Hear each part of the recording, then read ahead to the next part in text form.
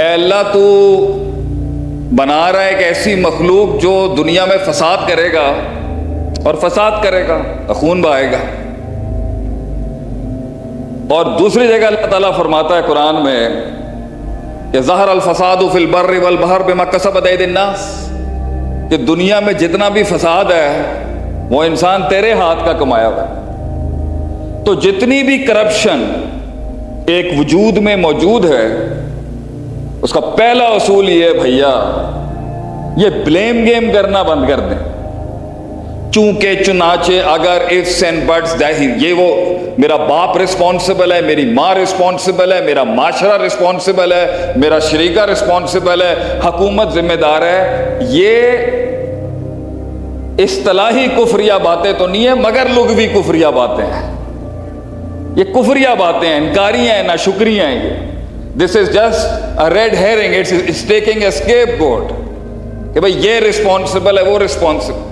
اللہ کا قرآن جب ذمہ داریاں اٹھانے کی بات اٹھاتا ہے نا، جو کچھ سنا گیا اللہ پاک اس پر عمل کرنے والا اور آگے لوگوں تک پہنچانے والا بنائے۔ مزید اصلاحی بیانات کے لیے ہمارے یوٹیوب چینل شیخ عاطف ریمائنڈر کو سبسکرائب کریں اور ویڈیو کو لائک کریں۔ جزاک اللہ خیر۔